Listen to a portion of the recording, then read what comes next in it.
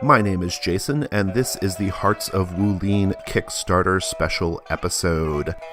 Listeners, I am joined by the authors of the game Hearts of Wulin, Agatha Cheng and Lowell Francis. Hi, Agatha. Hi, Lowell. Hello. Hey. And we are invading all of the Gauntlet Network podcast feeds to bring you some information about Hearts of Wulin, which will be hitting Kickstarter very, very soon, probably within a few days of this episode being up. Woo. Yeah, so let's start with some basics here. What is Hearts of Wulin? Agatha? Hearts of Wulin is a PBTA game, so powered by the Apocalypse game of wuxia melodrama. It seeks to replicate that kind of feel where you do sick fights, and you get to describe them, but then you also have really intense feels because of your relationship to each other. Awesome. Lowell, when we say wuxia melodrama, what are some of the pop culture touchstones that people might be familiar with?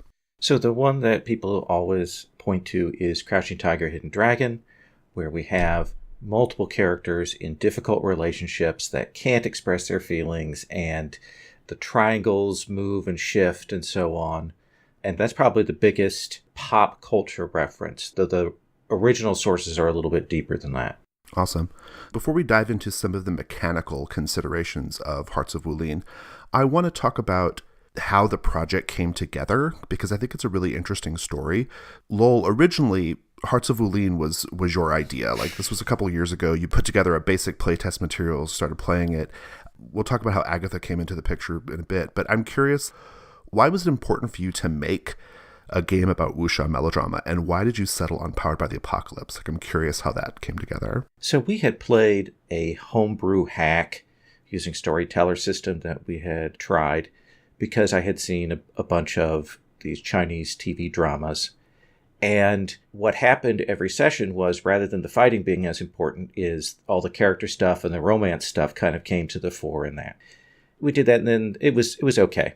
And then a few years later, I was at Origins, and I was talking with Renee Knipe, and we were talking about doing a PBTA wuxia game, and she was very nice, and I went back home and I wrote up a version of it, and I kind of sent it on to her to look at, and she was very nice and didn't say, "This is hot garbage," which it was, because it was very much highly detailed styles and all of this stuff.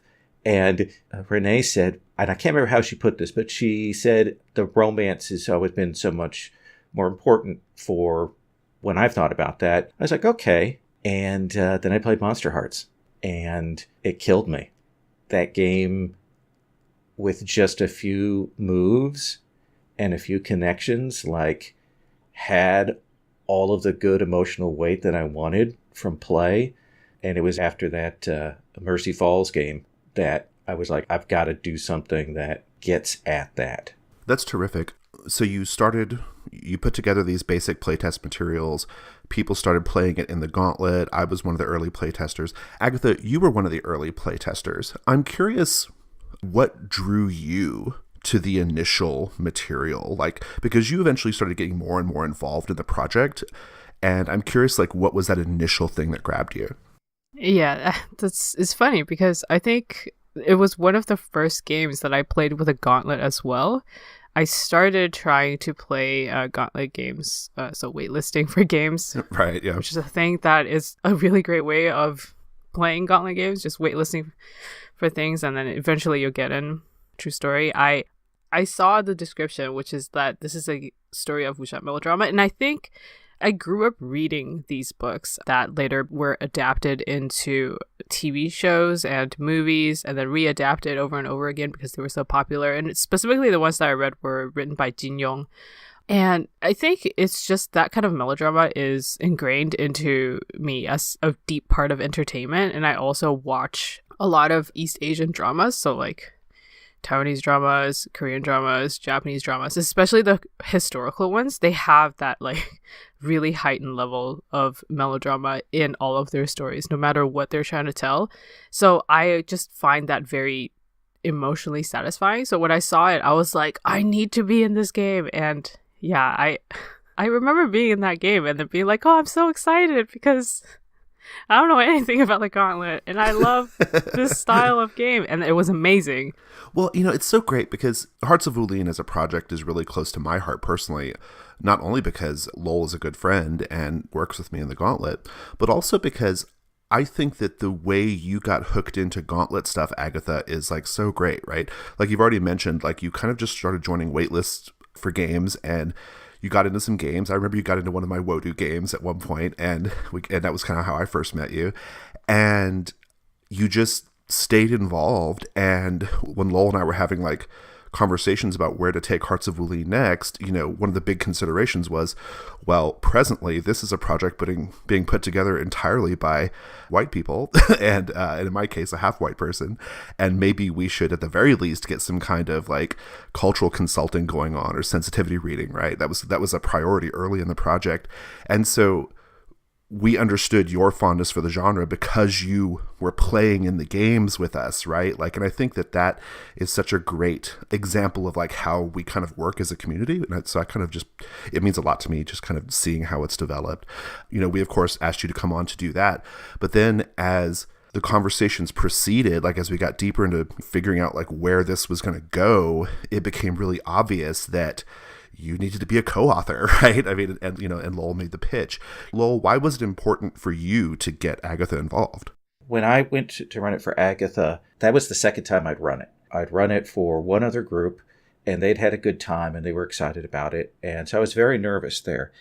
Agatha understood the sources. It wasn't just Crouching Tiger, Hidden Dragon. She knew the original story. She knew where this was coming from.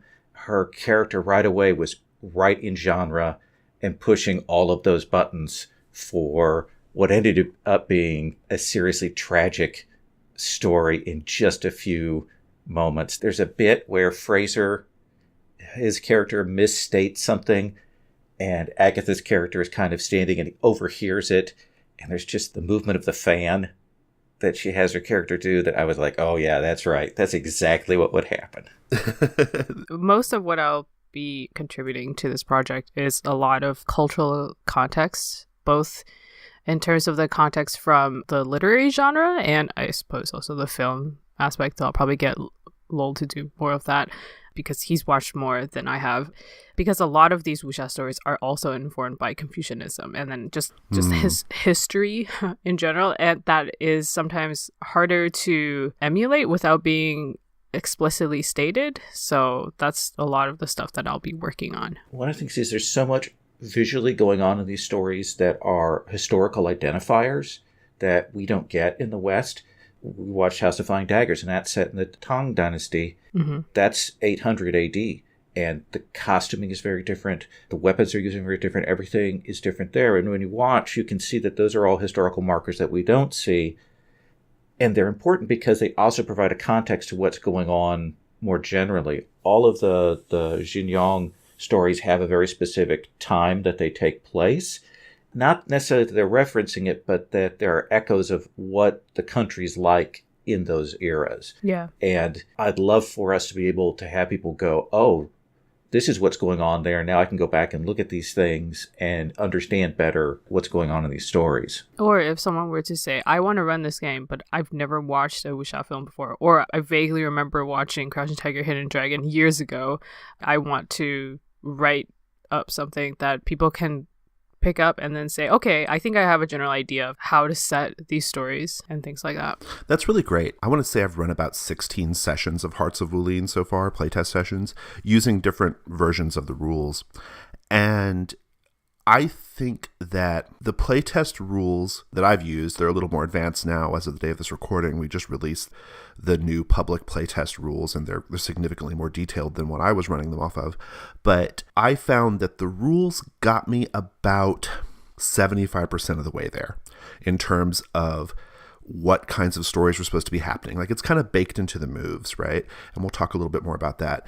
But what I really needed, because I'm not super fluent or conversant in wuxia, what I really needed was that support text, right, to really get me to the finish line of like feeling 100% confident in the game. And so that's a really critical part of it, right? And I think that one thing that role-playing games have always been really great about doing, in my opinion, if they're presented properly, is they give you space to explore a genre that you may not have been familiar with, right? And they give you different types of tools to explore it. And so I increasingly really love it when the support text in the game is not just setting material, but it's also like, this is the genre we're trying to emulate. These are the historical and cultural touchstones we're trying to hit.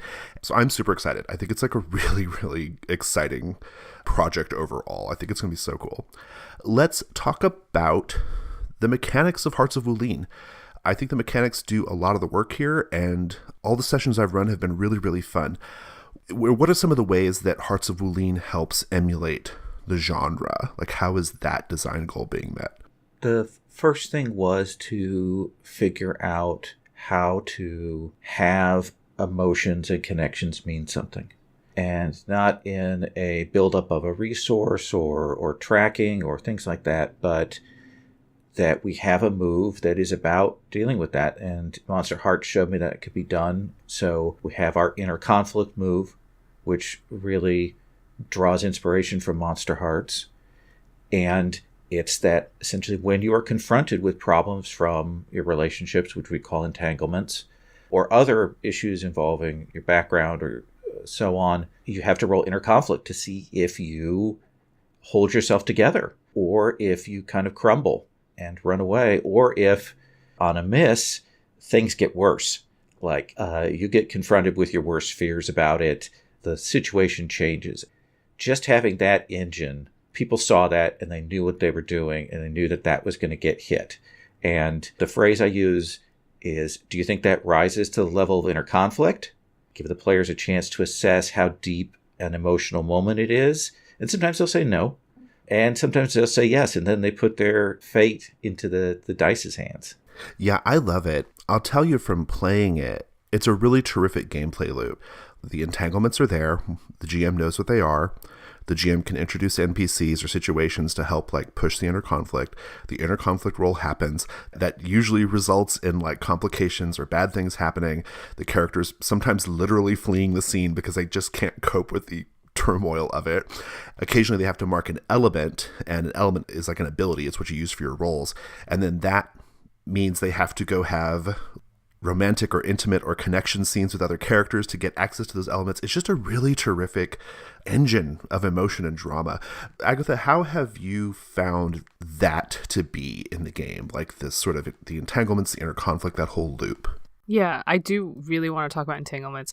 So entanglements are basically backstories that you choose for your characters. So there's the romantic and the general entanglements, and you choose one of each for your own character, and they're always pointing outwards. They generally point towards one PC and one NPC, and sometimes towards two PCs. And they're always very fraught. I have some of them pulled up. For example, a romantic one is, I love so-and-so, but my family member so-and-so is a legendary villain. Nice. So, okay. All right. No biggie. Just the worst thing ever. The way the inner conflict works is whenever a situation can touch on one of your entanglements or just, is inherently very stressful for a PC, then you would be like, hey, how are you feeling? Do you feel conflicted? Which is how I usually cue it. And my favorite thing is actually, in the beginning, I'll cue it a lot. To the point where people are like, wow, Agatha loves it when people are feeling inner conflict. But then later on, they just cue it themselves. Yep. When things happen, they're like, I think I need to roll inner conflict. Yes. Like, oh, okay. Yeah, that's been my experience too. I wasn't even like thinking about inner conflict, and the player will be like, I think this is probably inner conflict. Like they want to get into that emotional turmoil, which I think it's a great effect of the game. Maybe we just have a lot of like play to lose kind of players, I don't know, in the Gauntlet, but my experience has been that people really love to get into trouble. Let's talk about combat a little bit. I know the emphasis of the game is definitely on melodrama and romance and emotion, and that all comes through really, really nicely. I think it's what frankly sets it apart from other games with a similar genre approach or setting that I've seen in role-playing games. But I think combat's really important, and I actually find the combat to be super enjoyable in this game. I would actually love, I've been like nonstop thinking about, how do I take the one roll scale based combat of Hearts of Wulin and basically put it in all my games because I like it a lot. What's your thinking on the combat, Lowell? Like, where'd that come from? And how does it work, of course? Well, so originally, like when I did my early versions of wuxia games, we had like all of these different phrases and tags and stuff, and you combine them to get these moves, and you had to shout out your thing, and it was like super complicated because I was working with trad systems. And then when my first version of this game had different harm levels and different styles and maybe different kinds of damage and things, I was like, I don't think I want to run that. It was playing masks, which has harm that is kind of tied to your stats with the penalty from that. And then kind of realizing an even easier way would be, okay, it's not a penalty. You just don't get to roll with that stat. And that became a great harm track. And so that required me to go, I want the fights, the duels to be done like fast. We go win or lose, you take a mark of harm. We're not doing damage levels. We're not doing any kind of tracking on that. We're going to do them fast. And it's going to be about, as in these films, some people are worse than you are. They are below your scale. Great masses of troops. You can defeat them. They're below your scale. Some people are on your scale. And then it's a question of whether you can fight them and win or not. And that's where we get the real challenge roll. But then there are people that are above your scale, and you're going to lose. You're going to lose. As we've seen in these films and stories, the first time you fight these big bads, you lose. If you roll well, you get to say how you lose, and if you don't, it can end badly, and loved ones will be dead. And I was nervous about it because I'm so trad. I am so old and so trad, and I was like, oh, I don't know if this is going to work. And then the first time we did it, I said, okay, this is a fight. Tell me what's going on. Tell me how this looks. Got it set up, and we rolled, and it was satisfying. One roll, we see whether you win or lose. And I was so happy at that point.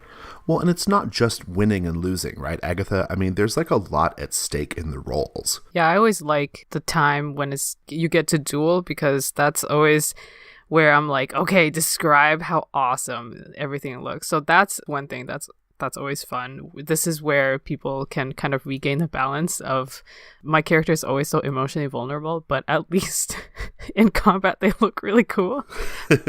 Or they just get the fun of both.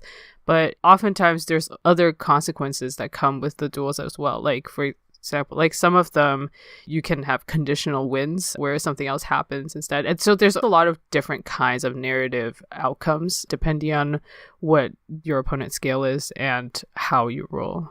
Yeah, it's really fun. I found it to be very elegant. The moves do a great job of like setting the stakes of like what is going to be happening and what does the fight mean? Like you said, Agatha, like it's okay, you win, but like in what way do you win? How do you win? Or do you win and do you show no mercy to the person who lost? Or do you win and have a moment of grace and let them go? Those little moments in the role play are really, really fun to explore.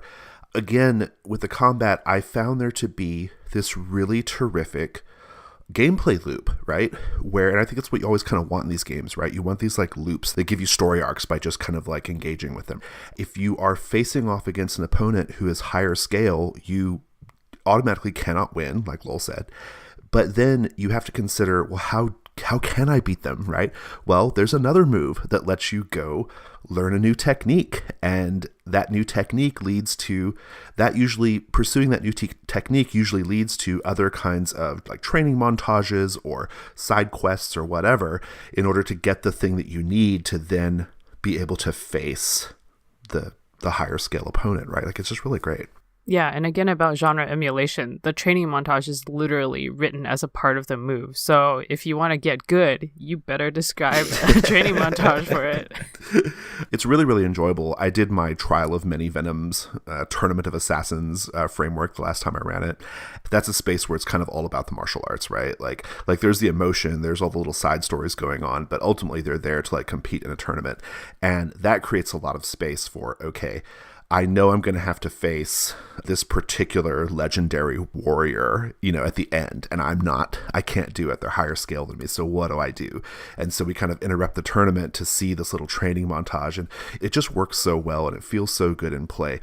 Anything else you guys want to say about combat before we move on from combat? PC versus PC duels are pretty great, right? I'm very happy with how those have resolved out. Because it's a little different. Yeah, I know, like in some other PBTA games, there's you do a move against a player, and then you get to help or hinder to kind of try and stop it and so on. And I think that's great, but I wanted something where the players have to kind of make a bargain. And it's a little bit like I cut, you pick from board games where, okay, I'll put these in 2 piles, and you get to pick what you want. In this case, the player who is challenging gets to say, if you let me win, then I'm going to give you these things. I'm going to give you narrative control. I'm going to change my entanglement for you. I'm going to mark damage. I'm going to have my weapon break. I'm going to have something occur, but I'll do that if you let me win. And the other player says yes or no. And if they say yes, then it rolls through. They get to mark XP, the player who was challenged. If they don't, both characters mark harm. And then the player who was challenged gets to decide whether they win or whether it's a draw. So you don't go into PvP lightly, because there are going to be consequences. It is a moment that asks us to kind of stop and slow down and kind of break the flow of the game a little, because it's so important. Because it is a moment when people who are really tightly tied together have to decide how they relate to one another. I don't know. What do you think, Agatha? I've always really enjoyed it, especially when people offer narrative consequences to their wins. And yeah, there was one time when I ran it that the consequence that they offered was that the PC that they were challenging was in love with them. And then they said, okay, I'll change my entanglement so that I will be in love with you now if you let me win. And the other person was like, yeah, do it up. Nice. That's so awesome. There's 2 more things I want to talk about in terms of the mechanics and procedures and stuff of the game. The first is elements, which are what would be called like stats or abilities in other games. And then I also want to talk a little bit about the playbook choices and the roles within the playbooks and why that approach was taken. Let's talk about elements, though. My understanding of elements, having played quite a bit now, is they are elements inspired by classical notions of fire, wood, water, other elements, water, metal. There's 5, right? Yeah, metal. Yeah. Earth. It's based on the wuxing. Okay, great. The 5 elements. Awesome. They are essentially like emotional states, and based off how you approach a particular problem in terms of your emotion, then you determine which element you're going to be rolling. For combat, you have a particular style element that you have to always use. This sounds like the Veil to me. Do I have it right? Oh gosh, yeah. Lowell? It wouldn't be here without Fraser kind of showing me the way that this could go. I mean, that really, because I love the Veil. I think the Veil is dynamite and probably my favorite PBTA game. That idea combined with the sense of approaches that Fate takes, or Fate Accelerated specifically, when I finally brought those 2 together in my head, it made everything much easier. I wanted to make it open.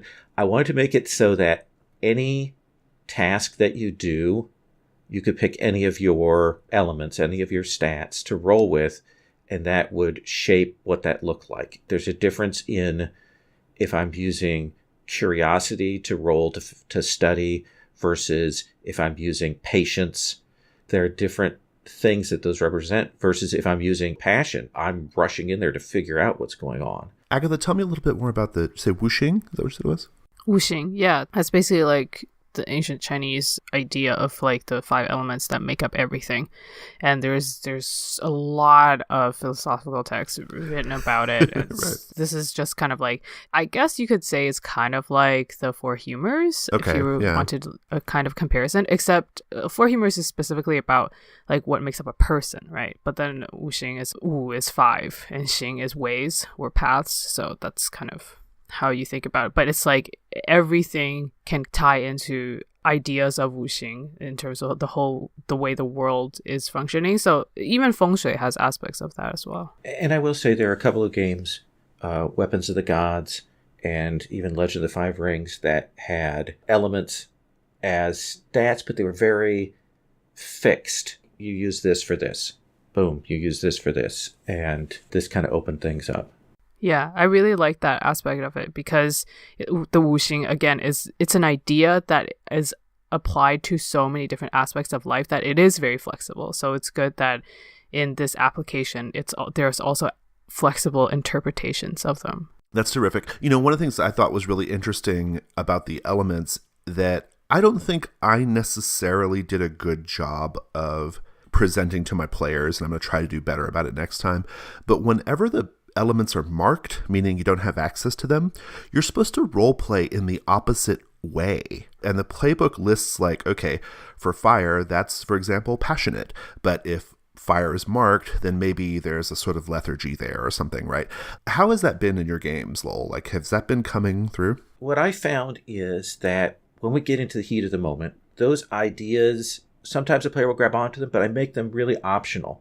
If they're kind of uncertain how they should be reacting, they can go and look at that and figure out. And in the rules now, in the newest version, I mean, they're very much about color, fictional color, because between scenes you can kind of narrate a montage of how you're dealing with the issue and how you're clearing that marked stat. That's the place where those negative associations can be used to color how you go about doing that. That's interesting. So let's talk about playbooks, because I think what you've both done here with the playbooks is really, really interesting. So there are a set of core playbooks like you might expect to find in any Powered by the Apocalypse game. But then within each playbook, there are 3 roles. And these roles help you more specifically define what kind of character you are. So for example, one of the playbooks is the outsider. But within the outsider framework, we have 3 different roles: the rebel, the trickster, and the wanderer. I'm curious, both from a sort of like, what are the mechanical implications of this structure, but also what are the genre implications of this structure? Lowell and I were just discussing briefly what our favorite playbooks are. Of course, they're all precious babies, no favorite amongst them, so on and so forth. But we were both saying how we were very into the Loyal. And for me, it's partly because the first game that I played of it, I played a magistrate and I chose the Loyal and then the official as the background or the role.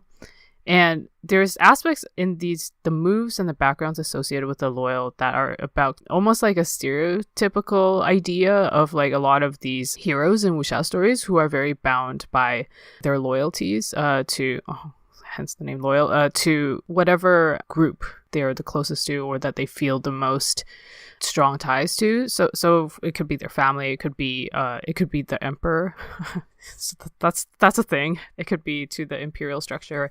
Right. It could be to their faction. And now I'm going to get into a little bit of a convo about Confucianism, and the way that it's so deeply seeped into current Chinese social values. And of course, there's a lot of changes now in like the modern times, but a lot of like the social values about filial piety, just the expectation that you are going to be loyal to your parents and that you will listen to them and or the elders in your family. A lot of times that's like translated into English as the word duty, and I feel like duty does not fully encapsulate that idea because duty has a negative connotation to it. It feels like it's a burden. It's just something that you must do, which is true, and there's a lot of literature that kind of reflects on this idea as well and fights against the sort of conception of filial piety as a virtue. But at the same time, there's an acceptance and a willingness to uphold this loyalty that is really important to, I think, at least Chinese society, but also a lot of East Asian countries. So I feel like this playbook just encapsulates that willingness to be loyal really well. And in a way, it feels nice to me because I'm like, oh, I understand these values and they make sense to me. This is really great. I feel like we just got a really terrific preview of the support text of the game, and I'm very excited to read it. True. Yeah, no, it's awesome. No, it's super cool. I mean, when I read these playbooks and the roles, obviously I'm not as steeped in either the genre or Chinese culture. But what I found was really fascinating about the role selections was I felt like I was getting genre, right? Like I don't even know the genre that well, but I read them and I thought, this is getting me pretty close to knowing what I need to do here. And I thought that was really great. Like, Lowell, what were some of the genre considerations as far as these choices go? Well, originally I had thought about the sort of the major archetypes, and I had kind of looked at maybe, okay, well, when you advance, maybe when you move from student to loyal, and that there's a special move for your change there, and you evolve and things like that. I had this whole thing in my head. But once I got the archetypes down, I was like, okay, well, I need to have some examples so that people can get what I mean by outsider or get what I mean by loyal. And that evolved into those roles. Is I wanted to have 3 solid examples that were very different that would be within it. It's, the aware isn't just a scholar. I mean, the aware has the sifu and so on. And they use knowledge and scholarship and teaching in different ways. I think that gives a sense to the player of, oh, this is the space that I'm working in here. That's super interesting. One thing I want to note about this setup, because I think it deserves to be said, I don't always love when Powered by the Apocalypse games do this. Like, I don't like it when you choose a base playbook and then you choose some occupation or some backstory that you like, and then you mix and match. Like, I don't usually love that. Like, I find it to be physically kind of annoying because you have multiple pieces of paper, or it can be incongruent thematically. You end up with these weird combinations. And what I think is really great about what you've done here with this game is it's all on one page. The role adds just a different move. There's like a single move that the role brings to it, but it's otherwise the role exists within the larger playbook structure. So you have this like basic coherency, and I don't know if that's making any sense to you both right now. Mm-hmm. Yeah.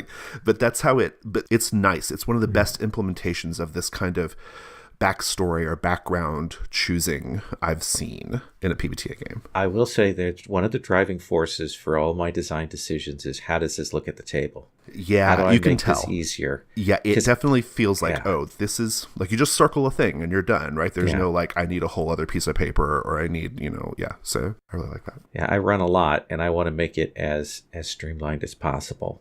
Agatha, is there anything else you want to add about playbooks? Well, I did want to say, aside from my favorite quote-unquote playbook, I also have a favorite quote-unquote move. I don't know if we wanted to mention all of the playbooks, but another one, so the one that Lowell just mentioned briefly, the aware, that kind of like wise and or scholarly archetype. One of my favorite moves is from the aware, called the promise, which is when you attempt to keep someone from dying in your presence, you roll, and then nice. Depending on how you roll, they'll survive, but they may be in a coma for a dramatic appropriate amount of time, or you can keep them alive but then have to pay a cost, or on a miss, their death haunts you as an entanglement. So good. That's so great. It's so melodrama. It's so soap opera, right? I love it. Like, I think it's so great. I've seen that used very well in several games. Yeah, it's such a good one. Lowell, do you have any favorite playbooks or moves or anything? I love the move where you can go and talk to a named agent of the big bad. It's not just, you can't just talk to the big bad, but you have to go talk to one of their lieutenants. You can try and change their loyalty. And I love that because that's so in genre, where you make them hesitate and they're thinking about, all the bad things that have gone on. And sometimes they'll come and help you, and sometimes they'll run off and get themselves killed. But I love that one. It's terrific. I also have to call out, just one more thing, is originally there were just 5 playbooks, and it was my wife, Sherry, who was like, I want a character that doesn't know martial arts, but kind of does know martial arts. And that's where we came up with the unorthodox, with the accidental. And then that allowed me to find a place for the character who has to hide themselves, which comes from a lot of these movies. And then the character that is my sort of take on Avatar Last Airbender, where you kind of don't have control of your powers. And there's a little bit of that. The unorthodox is the playbook that can get a little bit silly or at least can move it into comedic stuff, so the GM has to kind of look at it there. But I adore that one. Yeah, I think it's also one of the players' favorite playbooks to choose from. Okay, before we start talking about the Kickstarter, I want to just ask if either of you have anything else you want to talk about or mention before we leave rules and mechanics. Me. Yes, please. Okay, so I wanted to add one more thing about entanglements that I love. And, okay, everyone, buckle in your seatbelts for another tiny bit of cultural context that I love about the entanglements. So I actually only discovered this when I was chatting about it with Daniel on Agents Represent, and I was kind of verbally processing, which is how I usually do. And there's one aspect of the entanglements that I love, and I think, Jason, you mentioned briefly that the mechanics of this game do really help set people up for understanding at least the tone of the game and then how it's going to play. But I realized that the entanglements are actually really great for helping people understand a little bit of like the cultural values that inform this genre. So I have the entanglements in front of me, and I'll give an example. I'll look at the romantic one. So an example is, I love so-and-so, but my teacher so-and-so killed someone dear to them. And in this case, it's putting the person that you love romantically on the same level of importance as your teacher, which is, I think, very different. And nowadays, it's also not the same in China. Like, that's people don't treat teachers the same way anymore, unfortunately. But like in this historical context, like teachers, there's a saying that's like, if you are a teacher for one day, then you are father for life. Basically, this kind of respect for authority means that both of these people are super important to the PC that chose this. And Lowell, you talked about this on Zhang Hustle in a way that I thought was very cool. And it was a contrasting about how these values, or the way that people would treat this kind of tension in a relationship differently in like an Eastern context, a more collectivist society versus like in the West, a more individualist society. Do you remember what you... I don't remember exactly what I said, but it is that thing where I think in a Western game, players might regard that relationship with their teacher as adversarial, which it's not. It is about that you are torn because they matter equally. Yeah. And the decision is not easy. It's less so about like, oh, if they don't find out, then it's fine. I'll just continue doing this. And my conscience feels okay with it. But instead, it's that even your conscience would be bothered by the fact that you are going against the wishes of, well, in this case, it's that your teacher killed someone dear to the person you love. And so that is about the matters of the heart that is baked into this game. Because if you choose one of these entanglements, or one of those like, I love so-and-so, but their family member is a villain, it's that you care immediately about both of these things, and your PC does, and should treat them with the same amount of weight. And I love that about these entanglements, where it's subtly kind of informing people about the cultural values of this world as well. That's so awesome. I would have never picked up on that myself, but now that you bring it up, it actually makes a huge amount of sense. I can only speak in an American context, but like in America, we don't value things like teachers. We very infrequently value community because we're so caught up in our sort of individual desires. That's a really interesting note about the entanglements. It actually really enriches the idea of the entanglements. I think that's great. Lowell, is there anything else you want to say before we head on to Kickstarter? I've talked about the study move and the ability to, when you roll study, you either get to ask a question or make a statement. In a way, they're exactly the same thing. They do exactly the same function. But what the study move is saying is, oh, you get to make this declaration, you roll, and you get some hold, and you can spend that hold to declare that somebody has a different loyalty, or, you know, somebody has this secret training, whatever. If as a player, you don't want that narrative weight, you're not comfortable with it, or maybe you haven't thought of anything, you have those questions. You get to throw that to the GM. And that was something that Sherry taught me, was that moves that require a player to do something need to have on the spot, should have a safety valve for players to be able to go, no, GM, tell me what's going on.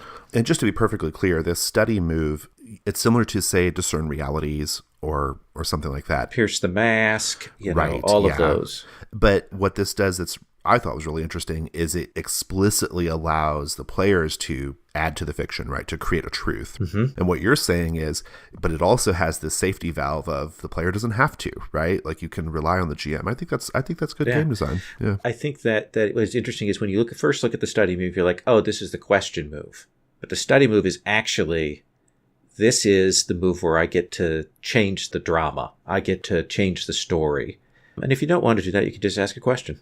Yeah, it's a great compromise. My frame of reference, or I should say the game I have the most experience with is probably, outside of Monster Hearts, probably Dungeon World. And in Dungeon World, many people play Dungeon World the way they do discern realities and spout lore the way your study move is, even though that's not in the rules. Yeah. Like the rules of Dungeon World explicitly do not let the player create that fiction. And I think it's nice that you have the option in there. But Sherry's observation is really astute. A lot of players don't want to do that, or they don't feel they don't really cope with the sort of on the spot pressure of having to do that, right? And or so they're it's just nice. curious about what the GM came That's up true with. too. Yeah, that's you know? absolutely true. Yeah. They want to know what the story is that they're not seeing. Let's talk about Kickstarter. Listeners probably already know this, but Hearts of Wulin is being published by the Gauntlet. It's our first standalone game project, and we're really excited about it. And my role in that is to develop the marketing of it. And a big part of that marketing plan is the Kickstarter campaign, which will be launching in a few days. I think we're targeting, I want to say May 7th is the date we're looking at. Right. And I just want to throw out so that listeners understand what's going to be available on the Kickstarter. And then I'm going to ask both of you about, maybe it's not totally confirmed yet, but maybe some hopes and dreams for stretch goals. I think that might be fun to talk about. Listeners, in the Kickstarter, you will be able to back at levels that get you can get Hearts of Wulin, the core book, digitally with all of the digital stretch goals that are unlocked during the campaign.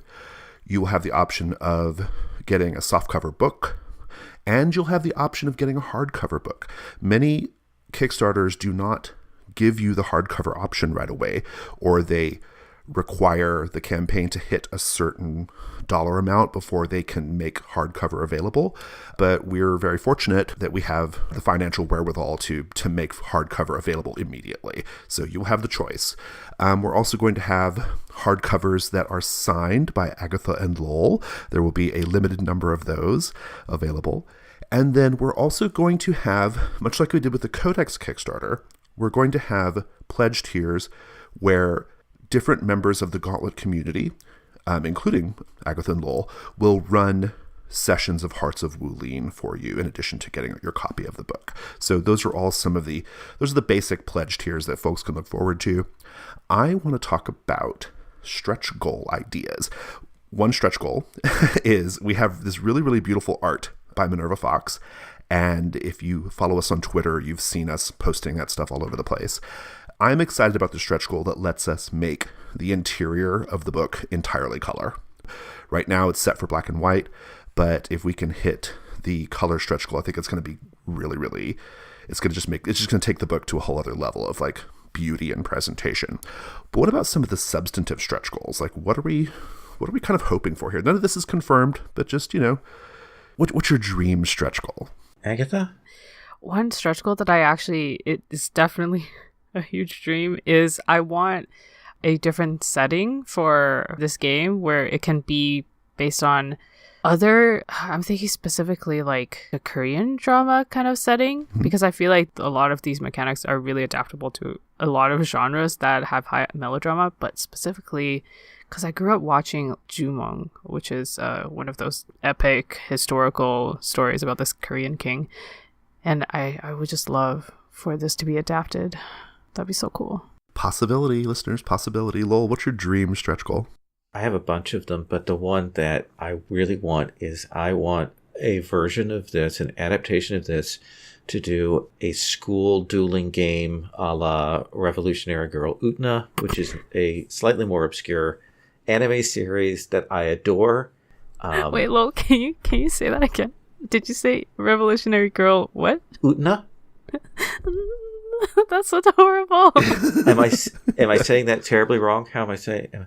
Well, you're saying it with your accent, which is With my Hoosier accent here. Aww, Say it for me. Say it for me, Agatha. Well, I don't know. I'm not Japanese. Okay. You're just calling me out. Anyway, it's one of my favorite. It was a manga. It was an anime series. It has a very weird movie. And it's about a strange school that this heroine goes to. And there's all this weird stuff going on. And there are these duels being fought in the background with the student council. And I want something like that. That's what I want. Awesome. I'll tell you that my sort of like, I don't know if they're dream stretch goals necessarily, because I think we are going to get some of them for sure, but I'm really interested in some short campaign frameworks. Mm-hmm. I think that's going to be, you published that Age of Ravens blog post about, I think it was called 18 Wulin starters, right? That had like these like sort of short story prompts to like get your game going. And I took one of those and the Assassin's Tournament one, and I was able to kind of spin that out into like a really nice framework that my game of Hearts of Wulin existed in, and I would love to see some of those too. I think that would be great. Like, but I always love stuff like that. I love like starters and scenarios and things like that. So, well, listeners, Kickstarter is coming, so we definitely want you to go take a look at that. And if everything you've heard here today sounds amazing, please go consider backing the campaign when it goes live. Before we leave, I just want to express to both of you, this project sounds, it doesn't sound, I know it's amazing, I've played it, but it's super special to me because I have grown so close to both of you over the last, Lowell over the last few years and Agatha over the last year or so. And I just love both of your contributions to the Gauntlet community. I've enjoyed seeing how, I'm getting emotional now. I've enjoyed seeing both of the way you both interact with the Gauntlet community, but also like with the greater role-playing game community. Like Agatha, like, going on from, being a member of our community and playing games, and then putting together the fabulous Asians Represent podcast, like just that, that kind of seeing your career, so to speak, in role-playing games. And now we have this, Hearts of Wulin that's happening. I feel like so personally connected to it and to both of you. And I think because of what you both do for the role-playing game community, both as people and what you do for, because you're not just game designers and authors, not that that's not a great thing, but you are community people, right? Like Agatha, you are trying to improve the landscape of representation in games with Asians Represent. And Lowell, you are the architect of so much of the Gauntlet, which is this amazing space that people can go and enjoy and play and everything. And so I'm just happy that we're here. I'm really happy that we're here in this space and that we're able to help you guys bring this book to life. And listeners, I hope you will also just keep that in mind as you're thinking about whether you want to support it or not. So I think that's all I've got. Thank you both so much for coming on and talking with me about Hearts of Wulin. Thank you.